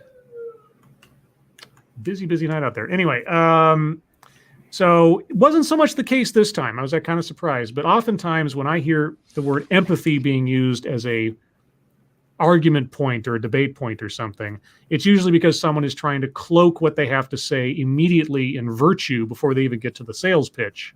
Mm-hmm. So that denying, pushing back against, etc., then makes you look like somebody who is not empathetic, therefore not very much human, etc. You don't have emotions and so on. It's a rhetorical device and cudgel a lot of the time. In this instance, it wasn't so much what she was talking about, so I was kind of surprised by that. But basically, she was saying that, well, actually, Satsu, did you know that if a company, like, a soulless corporation, takes some sort of benevolent-esque action, like, say, getting the employees to work at a soup kitchen for a weekend or something and having, the company's logo on their shirts and all that. Did you know that doing something like that can actually be beneficial to a company's bottom line? I would assume that most people would know that. Yeah, because that's called public relations. Yeah, like... Was that like a revelation for her or something? No. But as far as I can tell, it was meant to be a revelation for us. Oh. Because she spent the entire time conceivably trying to convince me, the audience, that is a thing. And about a quarter of the way through the deal, when she was talking about this, I was like, you ever see the movie Miracle on 34th Street? You ever see that part where, like, Santa starts recommending people go to different department stores to find what they want since the department store he's in doesn't have it? And there's all this uproar about it. But then they finally realize helping the customer get what they want is actually good business. Even if you can't supply it, that engenders loyalty and goodwill and so on. Well, yeah, dude, we actually got taught that when I used to work selling phones or whatever, like if somebody came in and was like, hey, Verizon's got this deal where you get X, Y, and Z or whatever. Can you offer me something better? And I'm like, these are the deals we have and none of them are better than theirs. So go to Verizon. Yeah. Like go to Verizon, get that deal, yo. Yeah. I mean, and so examples like that, she should have done it earlier in her talk. She eventually defined what she was talking about regarding empathy in her context. And she wasn't wrong. Like I say, there is a pragmatic usefulness to doing nice things or to having policies in a company that make things feel more friendly, because you engender loyalty in your customers, engender loyalty in your employees. You have more return business, and on and on and on. And I mean, it was sort of like we talked about those before, like that the worst article I ever read from CNN, and it was just the most Captain Obvious thing ever. But then, of course, Sinatra comes in and says, this article is for somebody who has absolutely no notion of how politics works. Mm-hmm. So if you have absolutely no notion about common sense, then that talk works. The other thing, too, is that apparently she does this kind of consulting as a career. So there was an element of she's making a sales pitch for her services.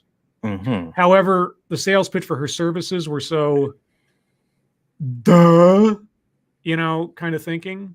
I mean, if there are companies out there that don't understand the benefit of doing things like that, or to having good PR events, or implementing things in the office that are sort of creature comfort type stuff, if they don't understand that, then I guess there is a market out there for her services. But otherwise, it was just kind of like, okay. Well, it's just like, if you treat your employees like humans, they'll come back to work. Yeah.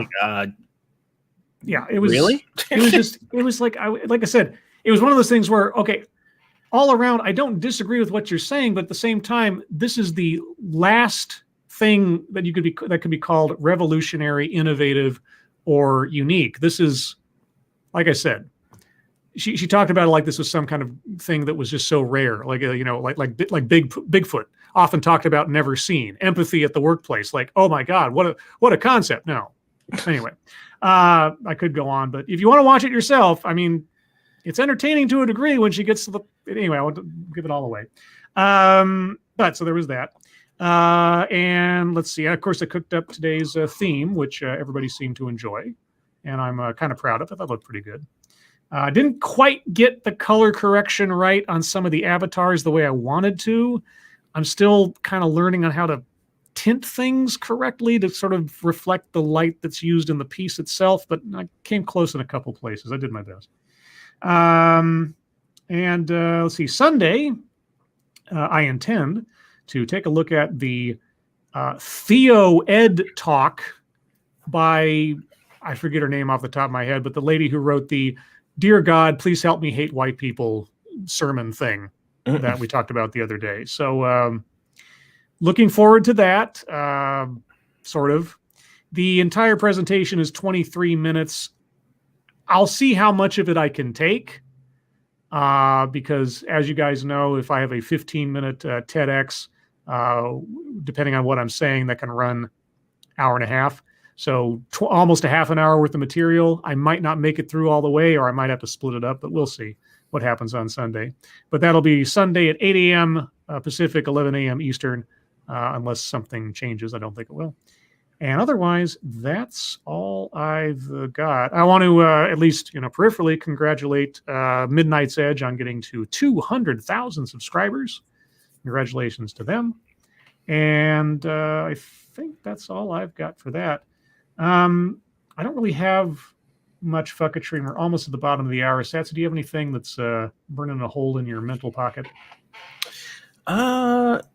Not really. I did have an add-on to that story, though. That lady that I had told to go get that deal at Verizon. Yeah.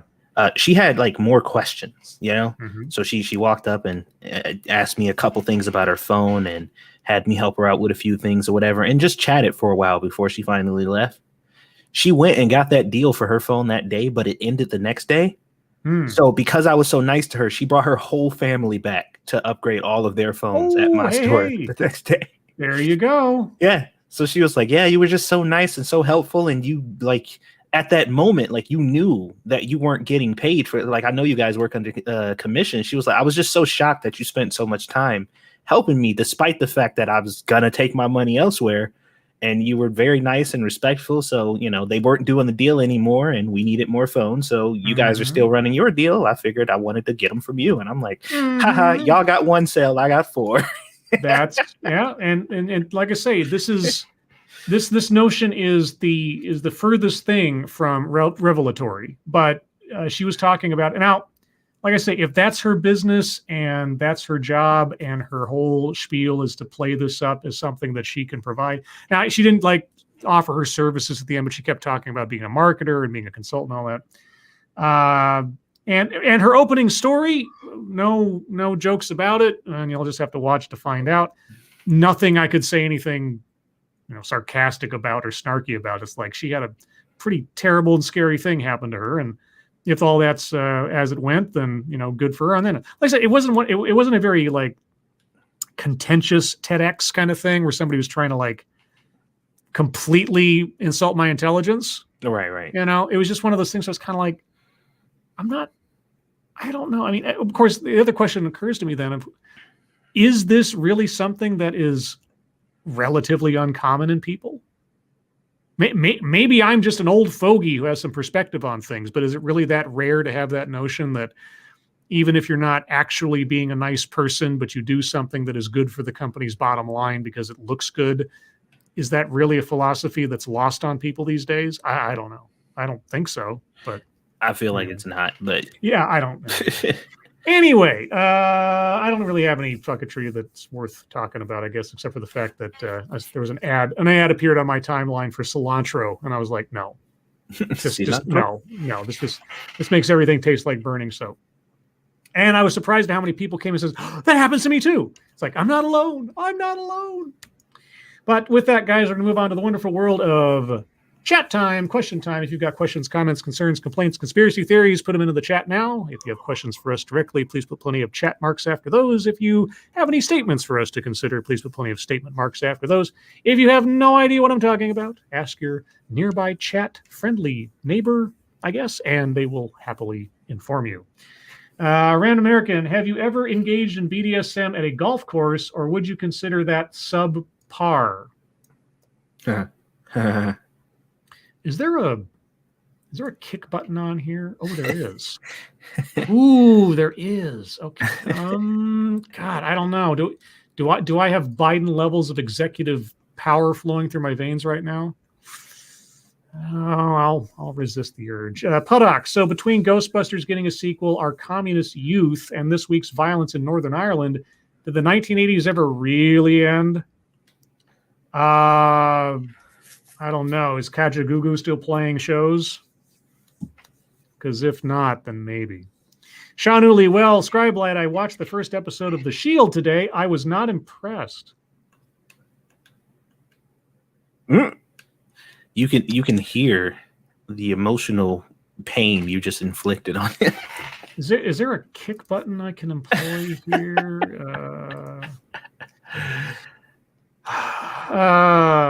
Red Dirt Runner, Lords, did you know Star Trek is a post-consumer society, as in for most common things can be replicated in the house, and the largest employer is science/military organization?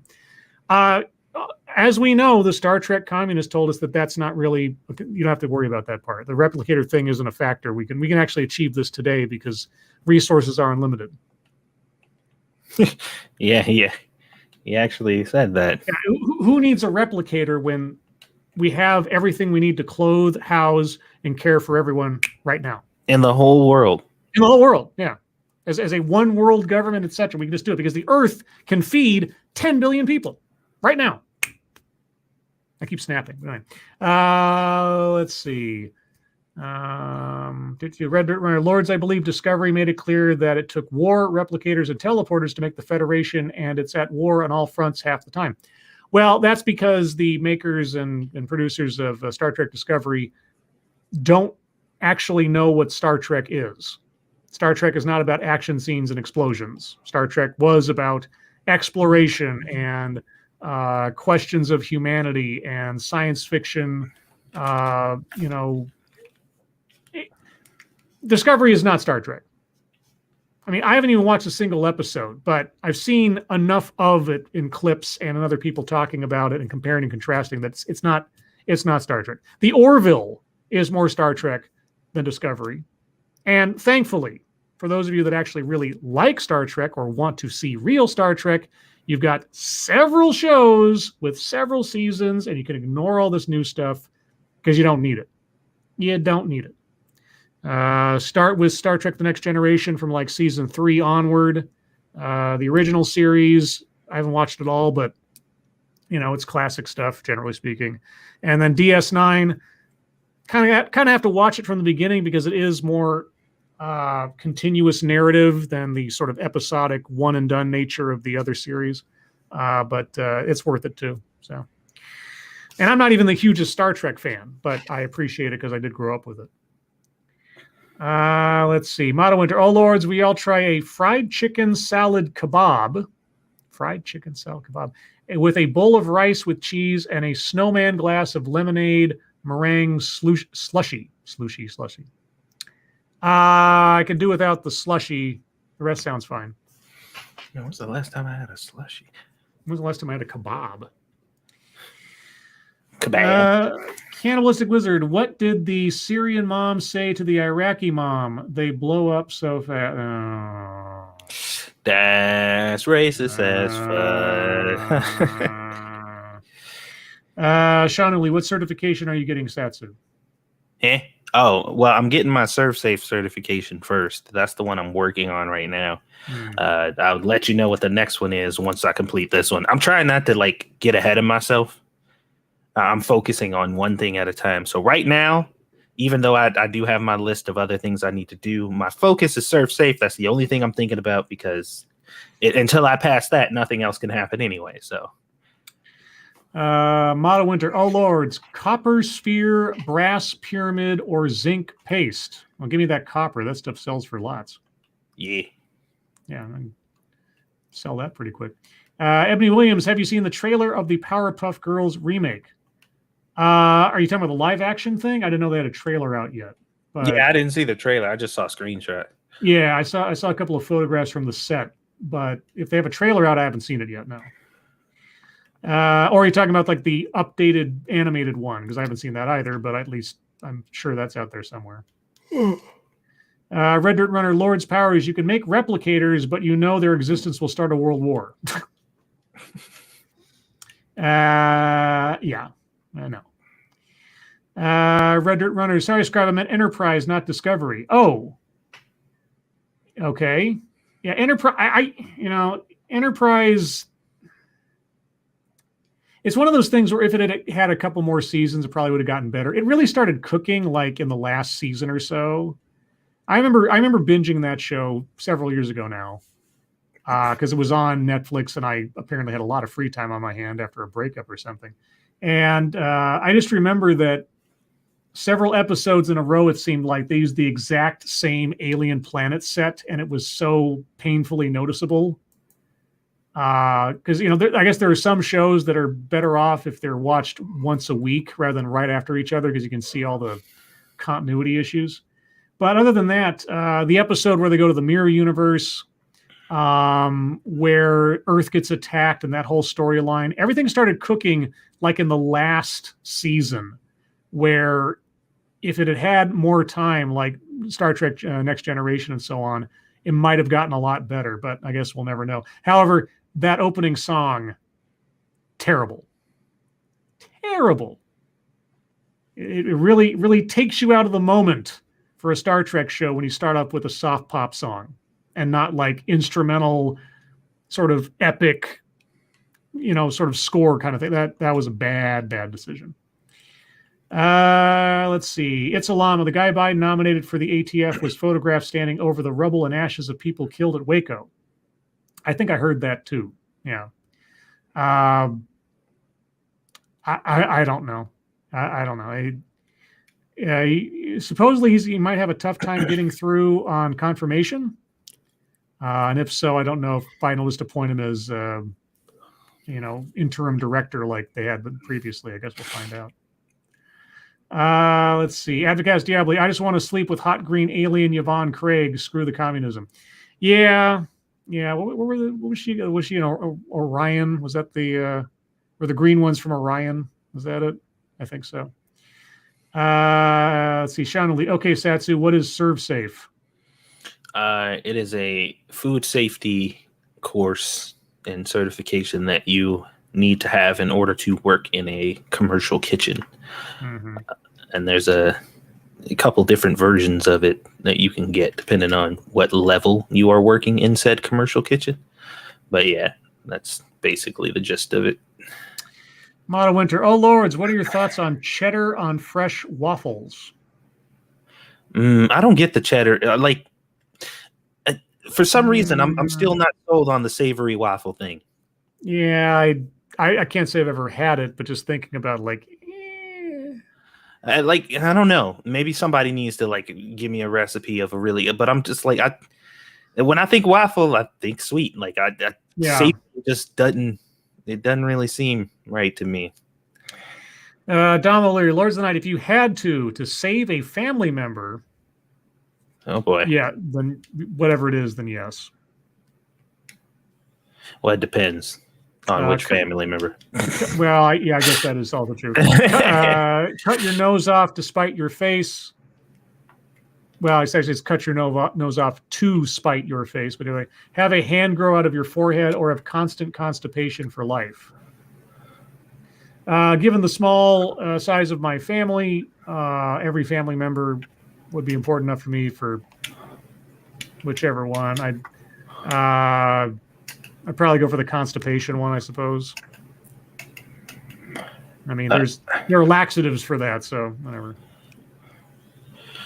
Yeah, sure. I guess the constipation one is the most easiest to kind of deal with.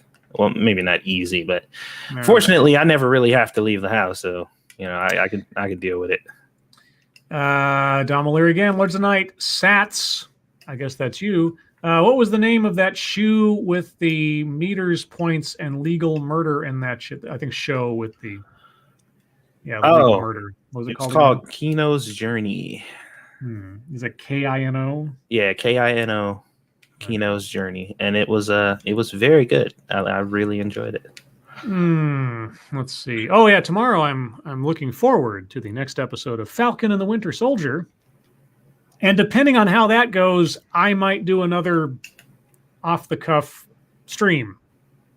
Because God knows the last episode was god-awful. I had the opportunity to think a bit more about some of the plot points that did occur in the show. And again, I mean, it seems like they crammed in 3 episodes worth of story into one episode. And it didn't do... I don't understand why they made it 6 episodes. They could have made it 9, like WandaVision. I think I said it on the stream. They've kind of done the opposite of what Netflix did. Netflix always took, 5 episodes worth of story and stretched it out to 13. And so you always felt like half the shows were all filler, and they were. With this one, it's like they gave it 6 episodes, but they've got at least 9 episodes worth of story. So I don't know what they were thinking, but it's not working out. What's that clicking noise? Are you doing something over there? Mm-hmm. What are you doing? Don't worry about it, Playboy. You're playing Monster Hunter, aren't you? Look, man, I ain't get to play all day. Yeah. Jesus. Look, I've been working all day. You leave me alone. Oh, poor kid. Well, I guess no more questions. No more questions? Yeah, no more questions. So I guess let's wrap up the show. We're just done.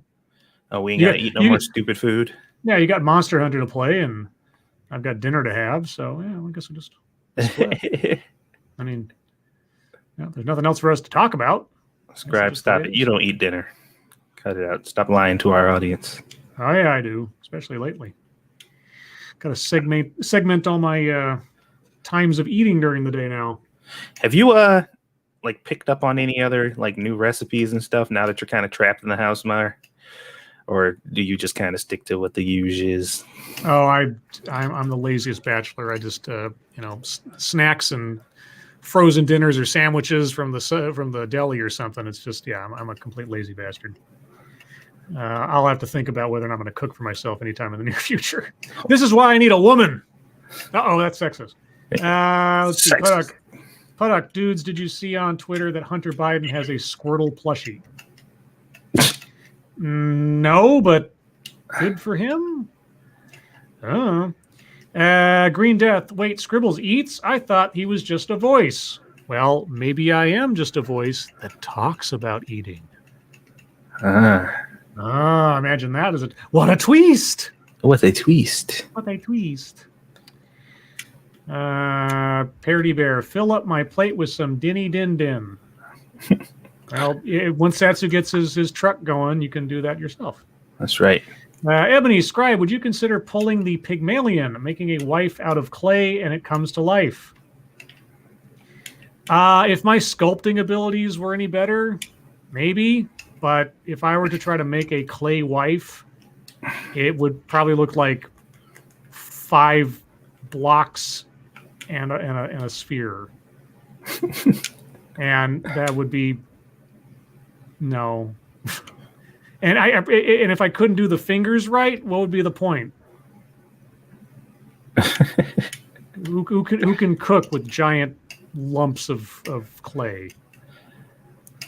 She's got maybe she's got Powerpuff Girl hands where they're just like these objects that are rounded, but they can still seem to hold things.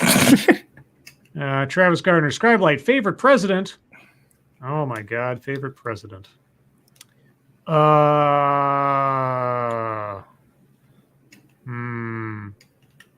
Probably Tiny Lister in Fifth Element. Kamala Harris. Oh, there you go. That's the correct answer. Motto Winter Scribe, does Dogcat Fox need to be checked into rehab after the incident where he mistook moon cheese for lunar rocks? Oh, right. Yeah. Did you hear about that Hunter Biden interview? No. So I can't quote it verbatim, but the interviewer asked him something about his drug problem. And smoking crack and all this. And he says it was so bad, like I'd be hunting around the house every time I needed to find something, like even a little bit of crack, even something like you have no idea, or I have no idea how much Parmesan cheese bits I picked up off the floor and smoked thinking it was crack.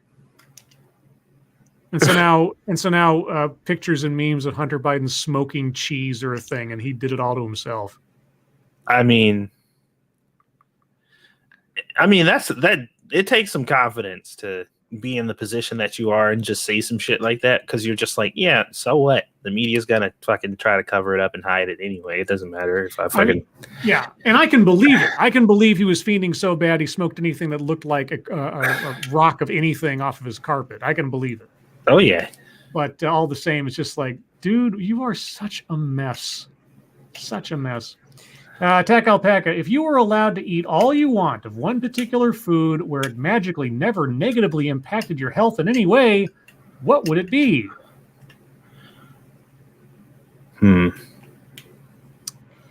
One food, like I've one. I mean, okay, wait. Never negatively impacted my health. So, like, I'm immune to drunkenness? I mean, because I'd probably just, put pepper jacks in that category so I never have to worry about gaining a problem. But if I can't get the buzz out of it, what's the point? Because you are poisoning. I mean, having any amount of alcohol is technically low levels of poisoning yourself. It might be, relatively harmless at small doses, but you are effectively taking a poison into your system. So if it never negatively affected my health, then there'd be no point in having it. So I wouldn't make it. I wouldn't make it booze then. Either Takis or ice cream. For the sake of argument, I'll say the mesquite barbecue stacks. Because I love those things. It's not healthy. Shoveling them boys now. Oh, man. Travis Gardner, Lords, you are going on a trip in 12 hours. Can only take one bag on the plane. Where do you want to go? Oh, well, can I buy things I need when I get there? And I only ever travel with like one bag. I rarely go on trips, but when I do, I pack really light. Where would I go with one bag? I go to the UK and like Scotland and everything, visit Tailed and Bear and everybody over there and just kind of hang out. I'll give you guys 3 guesses on where I'm going. Is it to the kitchen? Yes, a kitchen in Japan somewhere. Yeah. Mass creation broadcast. Does this stream mean I entered the danger zone? No, it means you entered the Breaking Bad theme. If that has, I'm sure it has a name, but I don't know what it is.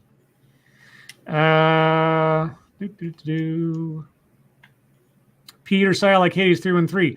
I spent so much time on my hands and knees searching through rugs and smoking anything that remotely resembled crack cocaine. Slight paraphrase. Yeah, I think I heard the bit on the radio the other day. Yeah, that sounds about right. That's kind of like this. He says also, I probably smoked more Parmesan cheese than anyone you know, referring to the reporter. Yeah. Yeah, I'm sure the reporter knows people that smoke Parmesan cheese. Yeah. But yeah, no, it was a bizarre little exchange between the two of them. And then, of course, the next day I saw all these memes on Twitter of Hunter Biden smoking cheese and stuff. It was like, oh my God. Well, we're out of questions again. Oh, Motto Winter, Scribe, is it true that you won't stop believing? Or do you mean don't stop believing? Believe it. Well, so long as I'm not in The Sopranos, I suppose, because I totally will stop believing in that case. And if you get that joke, you know that TV show. Doot doot doot doot doot doot doot doot doot doot. This is what the show has come to. We need question, guys. Bring Scribe a higher love. Questions to do. I guess I'll just sing to myself for 10 minutes because I've got nothing to answer. Tack Alpaca, if you've ever worked in customer service, and I have, what is the worst customer you ever had to deal with? Oh, well, I think I've told this story before. I can't. If I said the name of this person is by name a well-known figure, I'll just say. So I can't say their name.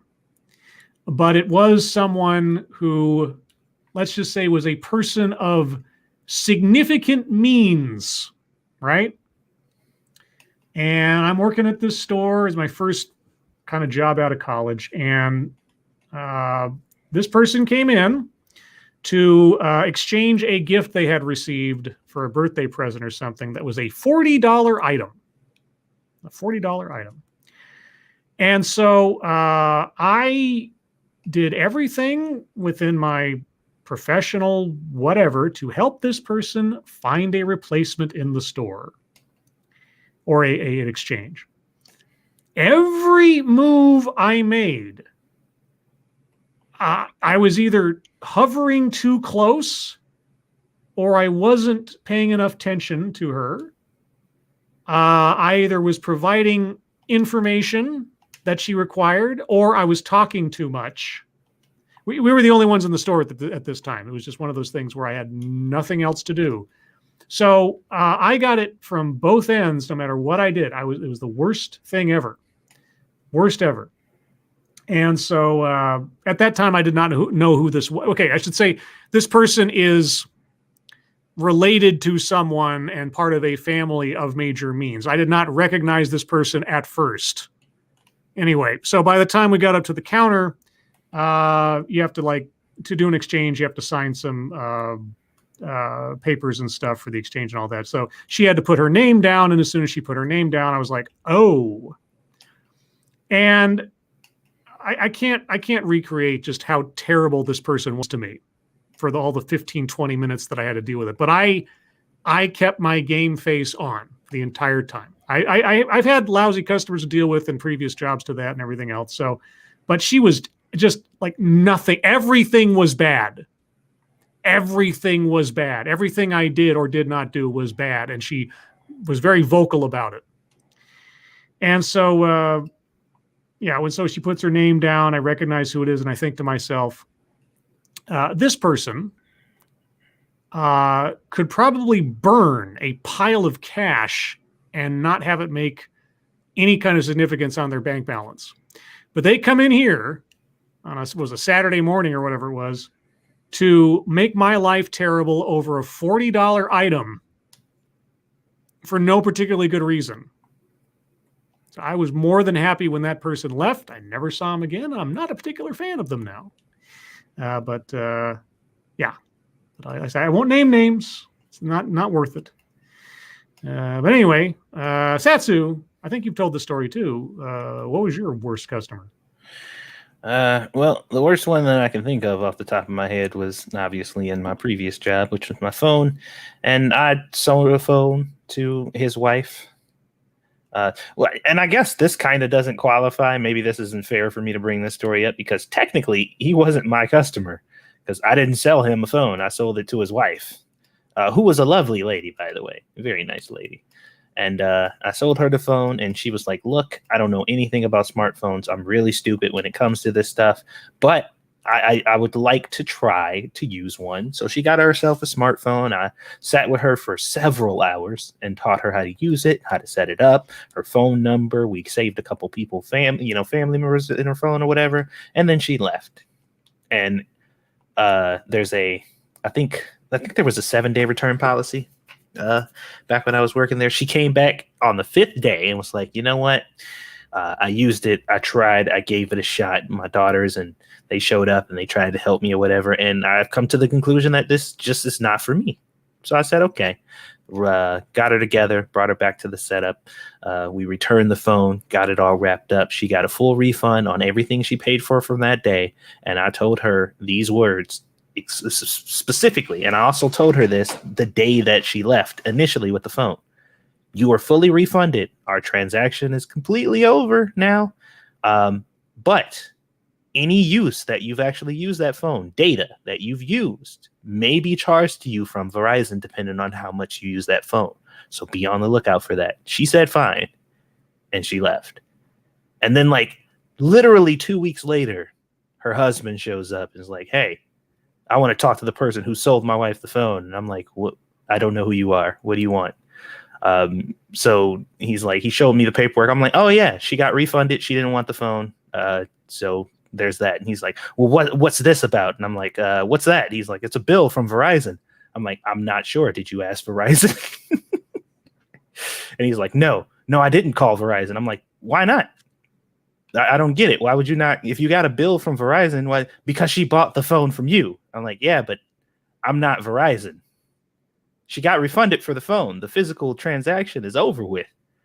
It's done. And he was like, well, I'm not leaving this store until somebody takes care of this because it's ridiculous. You told her she wouldn't be charged. I'm like, I didn't tell her that at all. I told her that she specifically would be charged for exactly what she used, and she got charged for Verizon. So I'm confused as to why you're here. And he's like, I'm here because you sold the phone. I'm like, you're in a Target, sir. I don't know if you know this, but this is not a Verizon store. And this went on for probably a few hours. He got the manager. The manager showed up and was like, what's going on? And he explained it to her. And then they told him exactly what I told them. And he's like, so nobody's going to help me. And he was like, I mean, I don't know what you want, but you have to pay Verizon that money. So they gave him a $60 gift card and he left. And to this day, probably still owes Verizon. Real quick, apparently Monkey is streaming right now and has been for a little while. It would be terrible if anybody went over there and told him that he told me he wasn't going to step on our toes anymore. He apologized because it was the only time he could like stream the other night for stepping on our toes. And I was like, oh, it's fine. It's fine. Now it happened again. Well, when did he start streaming? At least an hour ago. So something like that. Anyway, I mean, I'm not mad. I'm just curious. Let's go raid him. That's all. Raid him. Monkey raid. Yeah, I mean, if you wanted to have a sort of Lords of the Night swoop in, I wouldn't. Jen said he started 17 minutes ago. 17 minutes ago? Oh, I thought maybe he just posted the link early. Maybe that's because I saw the link. I saw the link in on Twitter a while back, I think. But if he only started, okay, well, still, he stepped on our pinky toe. My pinky toe, man. Now I got to get reconstructive surgery. That's right. My pinky toe. Tell him I want my pinky toe money. That's it. No context. Yeah. What's he doing over there? Is he smoking Parmesan cheese or something? What's he doing? I mean, that is probably much more interesting than what's going on here. Oh, Well, I'm just look.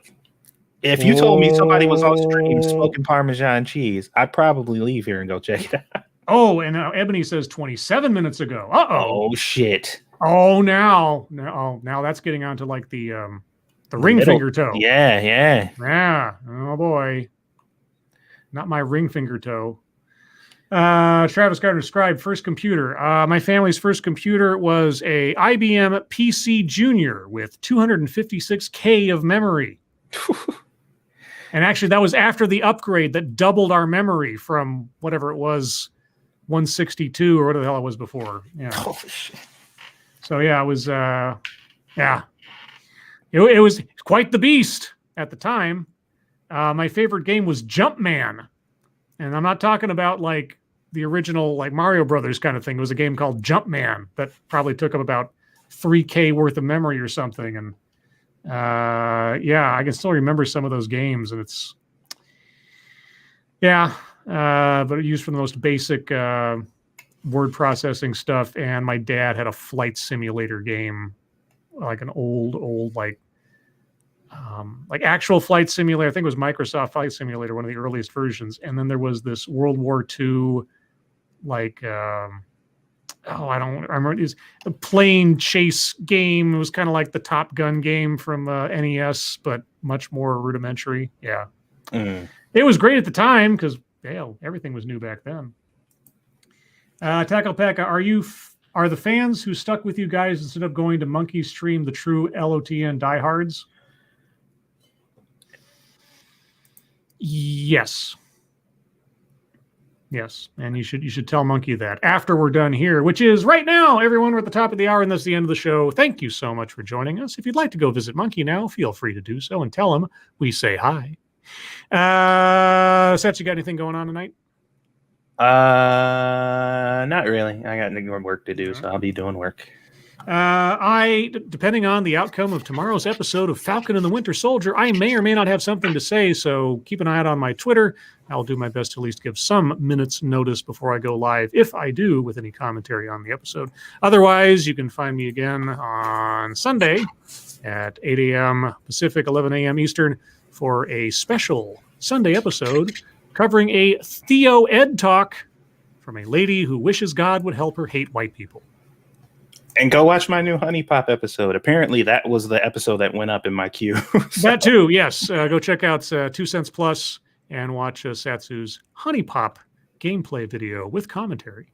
Yes. But with that, everyone, thank you so much for joining us. Moderators, thank you for keeping an eye on things, even though everyone is so well behaved. You got little to do. Everyone who donated, thank you so much for your generosity. Really do appreciate it.